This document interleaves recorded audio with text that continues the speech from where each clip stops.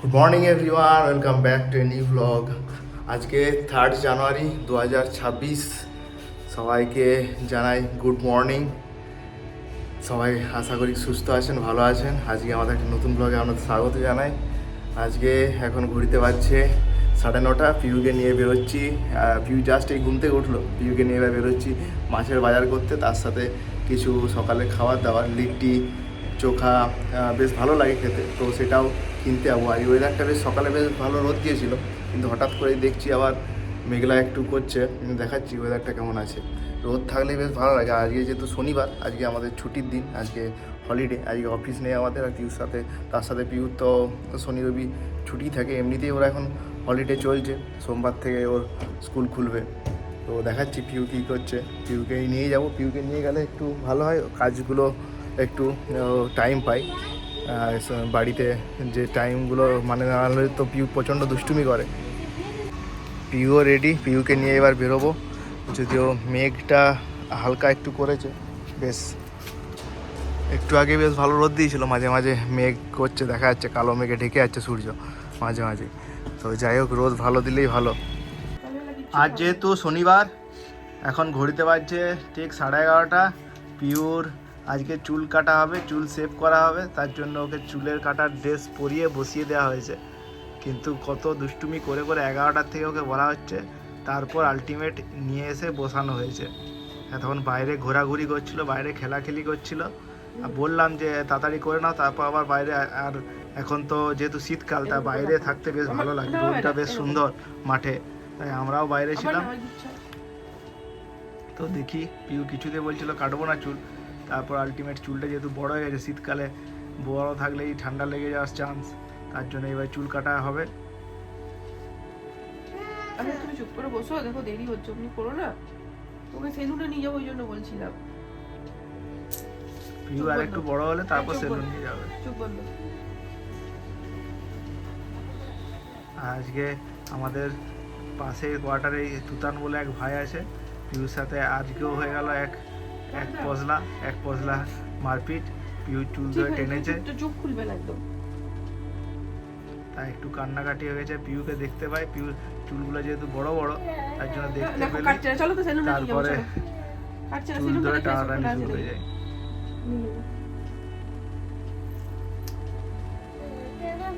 শীতকাল বলে একটু অসুবিধে, এই ঠান্ডা, প্রচন্ড ঠান্ডা। আমাদের নিচের রুমগুলো এতটাই ঠান্ডা থাকে, বেশ ঠান্ডার জন্য চান করতে অসুবিধা হয়, শ্যাম্পু করতে অসুবিধা হয়, আমাদের নিজেদেরই ভালো লাগে না।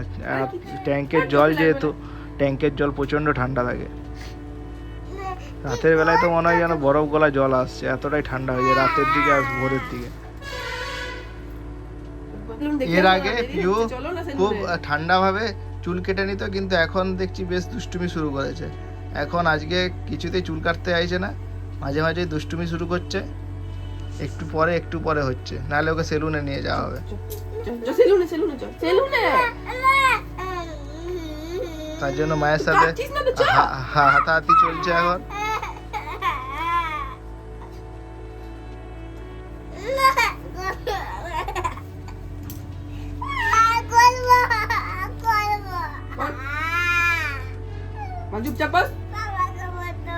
ঠিক আছে, আমি বসছি, যাচ্ছি।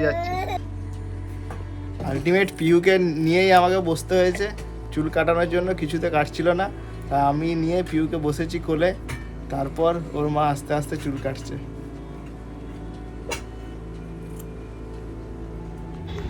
পিউ স্নান করে বেরিয়েছে মাঠে।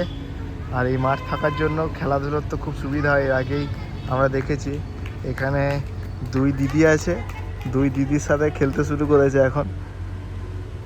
এখন মোটামুটি 12টা বাজছে, 1টা পর্যন্ত খেলাধুলো চলবে, তারপর খাওয়া দাওয়া। আর আমিও রোদে একটু, বেশ আজকে ভালোই রোদ দিয়েছে, বেশ ভালোই একটু ঘরের ভিতরে যেমন গরম করছে, আর বাইরে বেশ ভালো রোদ দিয়েছে, বেশ ভালো রোদে বেশ ভালো লাগছে।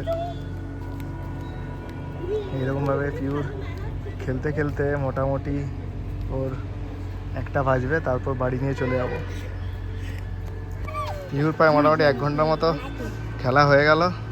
এখানে সব বন্ধুরা আছে, দিদিরা আছে, তাদের সাথে খেলছে, তার সাথে মায়ের সাথে একটু খেলে নিল। এবারে ওকে বাড়ি নিয়ে যায় সবচেয়ে বেশি প্রবলেম হয়ে যাবে। কিছুতেই যেতে চাইবে না, এত সব বন্ধু দিদির আছে তাদের ছেড়ে কিছুতেই যেতে চাইবে না। আর যেহেতু ছুটির দিন তাই সময় পেয়েছি একটু গাড়িটাকে পরিষ্কার করে নেওয়া, তাই যে স্কুটিটা আছে সেটাকে একটু ধোয়াধুয়ি করে নিচ্ছি, নাহলে তো টাইমই পাওয়া যায় না একদম। তারপর মাঝে মাঝে যেহেতু বাড়ি যেতে হচ্ছিলো, আর ওই উইকেন্ডগুলো পাচ্ছিলাম না, আজকে ছুটি পেয়েছি, শনি রবি 2 দিন ছুটি, আর রোদটাও বেশ দিয়েছে, ভালো করে বেশ আচ্ছা করে স্নান করে নিচ্ছি এই স্কুটিটাকে। দুপুর 2টো বাজছে, 2টো নয় 3টে, খাওয়া দাওয়া করে জাস্ট এলাম বাইরে রোদ নেওয়ার জন্য। শীতকাল মানে পুরো টাইমটাই, সন্ধে ছাড়া পুরো টাইমটাই আমাদের বাইরে কাটে। আর পিউ তার সাথে বেরিয়েছে, পিউ তার সাথে আবার খেলার জন্য বেরিয়েছে। অন্য টাইমে তো অফিস থাকলে আর বেরোতে পারি না, কিন্তু অফিস যেহেতু নেই আমরা 3 জনেই আবার বেরিয়েছি। আর এই মাঠে বসার জায়গাটা থাকার জন্য আরও বেশ ভালো হয়েছে, আমরা যখন তখন বেরোই আর রোদটা আসে আর আমরা আরামসে বসে এখানে সময়টা কাটাই। এখন দীপ আর আমাদের পাশের বাড়ি রায় দুজনে মিলে ব্যাডমিন্টন খেলছে একটু, দুজনেই তো লড়বড়া, দুজনেই ঠিকমতো পারে না। আর পিউ এদিকে বাড়ি থেকে নিয়ে বিস্কুট এনেছে, আমাকে ভেঙে দিতে হবে, কুকুরগুলোকে খাওয়াবে, এই হচ্ছে ওর কাজ। মাসির কাছ থেকে বাড়িতে নিয়ে এসছে এই বিস্কুট।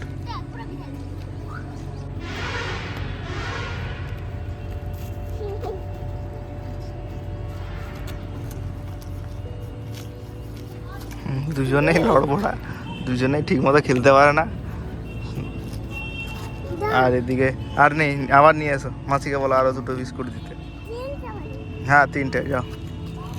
পিউ কুকুরগুলোকে বিস্কুট খাচ্ছে তখন থেকে, আবার আনতে গেছে, সকালে খাইছে 2বার, আবার একবার আনতে গেছে। আর রায়ও খাওয়াই, রায়কে দেখেছে খাওয়াতে, তারপর থেকেই ও বিস্কুট আনা শুরু। মোটামুটি সূর্য অস্ত যেতে এখনও টাইম আছে, কিন্তু বেশ রোদের তেজটা কমে গেছে, তাই বেশ একটা গরম নেই, নাহলে সোয়েটার পরে থাকা যাচ্ছিল না। আজকে রোদটা এতটাই ভালো দিয়েছিল, তার সাথে একটু মেঘলা মেঘলা ওয়েদার, তার জন্য ঠান্ডাটা আজকে কম একটু। দাও।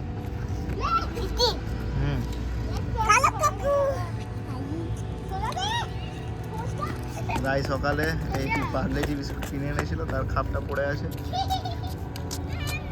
বললো খেতে না পেয়ে সেরকম শরীরের তাকত নেই, বেশ নাহলে মোটা সোটা হয়। আর ঠান্ডা যা বাইরে এখন পুরুলিয়ায়, তাতে আর বেশি বেঁচে থাকে না।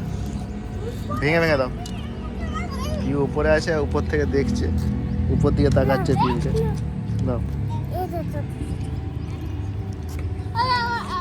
পিউ অনেকক্ষণ দুষ্টুমি করছিল, বাইরে থেকে কিছুতে আসতে চাইছিল না। এখন ঘড়িতে হয়েছে 4টা, ওকে নিয়ে আসা হয়েছে বাইরে, ওকে বলা হয়েছে যে একটা নতুন বই দেওয়া হবে, তার জন্য মা পিছনে রেখেছে নতুন বইটা, আর আমরা বই মেলাতে কিনেছিলাম, তারপর থেকে ওকে দিইনি। তো পিউ তার জন্য এক্সাইটেড খুব। না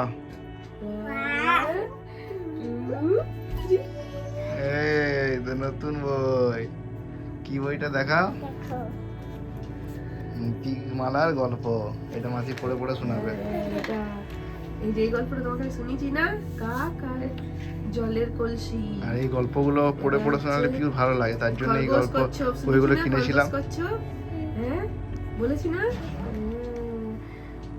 গর্ধব ও দেবতা।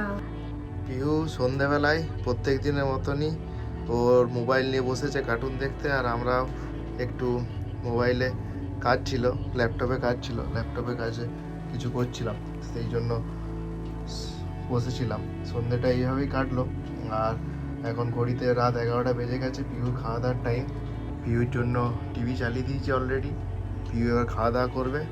তো আজকের মতো এখানে আমাদের ব্লগটা শেষ করলাম, আবার দেখা হবে একটা নতুন ব্লগ নিয়ে। সবাই ভালো থাকবেন, সুস্থ থাকবেন। পিউ কি বলো, বলে দাও। পিউ টাটা।